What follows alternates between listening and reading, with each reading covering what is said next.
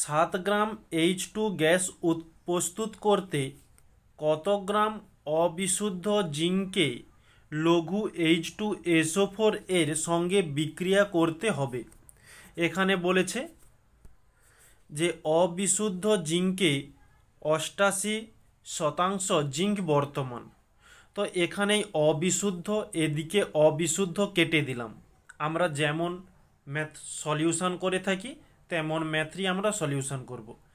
তো Zn জিঙ্ককে H2SO4 এর সঙ্গে বিক্রিয়া করব। তো বিক্রিয়া করার ফলে আমরা এখান থেকে ZnSO4 এবং তার সঙ্গে H2 পেয়ে যাব। তো আমাদের প্রশ্নে বলেছে 7 গ্রাম H2 গ্যাস, তাই আমরা H2 গ্যাসের গ্রামে প্রকাশ করব। এইচের 1, দুটি এইচ রয়েছে, 2 দিয়ে গুণ দিলাম, 1 2 2। তারপরে কি বলছে, কত গ্রাম অফ জিঙ্কে, কত গ্রাম জিঙ্ক, তাহলে জিঙ্কে গ্রামে প্রকাশ করতে হবে। তো এই যে জিঙ্ক, এখানে আমাদের প্রশ্নে যে প্রশ্নটা নিয়ে আলোচনা করছি 32 দেওয়া হয়েছে, 32 নয়, এটা তোমরা 65 করে নিও। ওকে, মানে 65। তো আমরা এখানে 65 পুট করলাম। আমরা এই বিক্রিয়া থেকে লিখতে পারি যে 2 গ্রাম H2 উৎপন্নের জন্য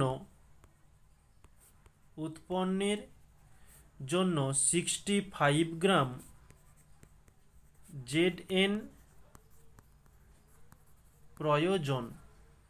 ওকে, তো আমাদের নির্ণয় করতে হবে কত, যে 7 গ্রাম H2 উৎপন্নের জন্য 65/2 × 7। তো এটা কাটাকাটি কোনো যাবে না, একে সরাসরি ক্যালকুলেশন করতে হবে। তো 65কে 7 দিয়ে গুণ করলে আমরা পেয়ে যাব 455/2। তো একে 2 দিয়ে ভাগ করলে আমরা পেয়ে যাব 227.5 গ্রাম Zn প্রয়োজন। তো আমরা এই যে জিঙ্কটা নির্ণয় করেছি, এটা হচ্ছে বিশুদ্ধ জিঙ্ক।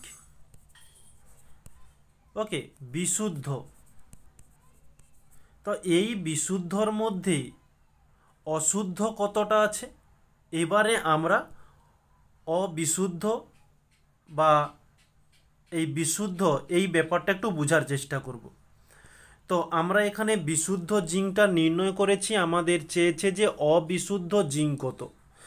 তো আমরা আচ্ছা, আর একটা কাজ দেখো, এই নিচে যে শেষে যে লাইনটা দেওয়া রয়েছে, অবিশুদ্ধ জিঙ্কে 88% জিঙ্ক বর্তমান, এই ভাষাটি আমরা এখানে একটু লিখে নেব যে অবিশুদ্ধ জিঙ্কে 88% জিঙ্ক বর্তমান। এই কথাটির অর্থ হচ্ছে যে 100 গ্রাম অবিশুদ্ধ জিঙ্কে 88 গ্রাম বিশুদ্ধ জিঙ্ক আছে। ওকে, তো আমরা সেখানে বিক্রিয়া করে এই বিশুদ্ধ এর পরিমাণটা বের করেছি, এই অশুদ্ধ এর পরিমাণটা নির্ণয় করতে হবে। ওকে, তো কিভাবে করব, আমরা এখানে যে ভাষাটা লিখে রেখেছি একে একটু উল্টিয়ে লিখে নেব। ওকে, কিভাবে লিখব, যে 88 গ্রাম বিশুদ্ধ জিঙ্ক এ 100 গ্রাম অবিশুদ্ধ জিঙ্ক আছে। তো উপরে যেটা লিখেছিলাম সেটাই আমরা নিচে লিখেছি। তো সেখানে আমরা কতটা নির্ণয় করেছিলাম, 227.5। তো এটা দিয়ে আমরা নির্ণয় করব যে 227.5 গ্রাম বিশুদ্ধ জিঙ্কে কতটা অবিশুদ্ধ আছে, যে 100/88 ইন্টু 227.5। দশমিক তুললে নিচে একটা 10 পেয়ে যাব, উপরের নিচের জিরো উপরের জিরো কেটে গেল।